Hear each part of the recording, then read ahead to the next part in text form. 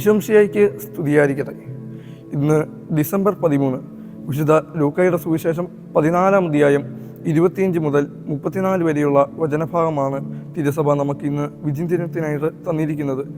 ഈ വചനഭാഗത്ത് ശിശുത്വത്തിൻ്റെ വിലയെപ്പറ്റിയാണ് ഈ വചനം നമ്മോട് സംസാരിക്കുന്നത്. എങ്ങനെ നമുക്ക് ഈശോയുടെ ഉത്തമ ശിഷ്യനാകാൻ സാധിക്കും? 2 വഴികളാണ് ഇതിനായി ഇന്നത്തെ വചനഭാഗം നമ്മുടെ മുമ്പിൽ വയ്ക്കുന്നത്. ഒന്ന്, ഈശോ പറയുന്നു, സ്വന്തം പിതാവിനെയോ മാതാവിനെയോ ഭാര്യയെയോ മക്കളെയോ സഹോദരിമാരെയോ സഹോദരന്മാരെയോ ഉപേക്ഷിക്കാതെ എൻ്റെ അടുത്ത് വരുന്ന ആർക്കും എൻ്റെ ശിഷ്യനായിരിക്കുവാൻ സാധിക്കുകയില്ല എന്ന് പലപ്പോഴും തെറ്റിദ്ധരിക്കപ്പെടുന്ന ഒരു വാക്യമാണിത്.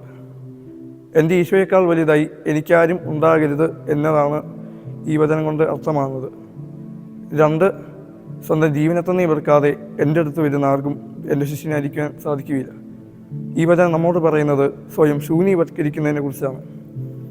ഒരാൾക്ക് ഈശോയുടെ ശിഷ്യനാണെങ്കിൽ സ്വന്തം ഇഷ്ടത്തെയും ആഗ്രഹങ്ങളെയും അഭിപ്രായങ്ങളെയും ഉപേക്ഷിച്ച് ഈശോയുടെ ഇഷ്ടത്തിന് 1-ാം സ്ഥാനം നൽകണം. പ്രിയപ്പെട്ടവരെ, നമ്മൾ ഈശോയുടെ ശിഷ്യരാണ് ആണെങ്കിൽ ഈശോയേക്കാൾ വലുതായി നമ്മുടെ ജീവിതത്തിൽ ഒരു വ്യക്തിയോ ഒരു സ്ഥാനമാനങ്ങളോ ഉണ്ടാകരുത്. അതേപോലെ തന്നെ നമ്മുടെ ഇഷ്ടത്തെക്കാൾ ദൈവഹിതത്തിന് പ്രാധാന്യം നൽകുന്നവരായിരിക്കണം നാം. ഈ ക്രിസ്മസ് കാലം നമുക്ക് ഈശോയുടെ യഥാർത്ഥ ശിഷ്യനാകാൻ പരിശ്രമിക്കാം. ഇത് നമ്മുടെ കഴിവ് കൊണ്ട് സാധിക്കുകയില്ല.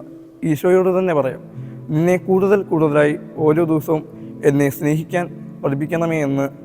ഇങ്ങനെ നമുക്ക് വലിയ ദൈവാക്യത്തിലേക്ക് വളരാം. ഏവർക്കും ദൈവഹിതം നിറഞ്ഞ ഒരു ദിവസം നേരുന്നു. നന്ദി.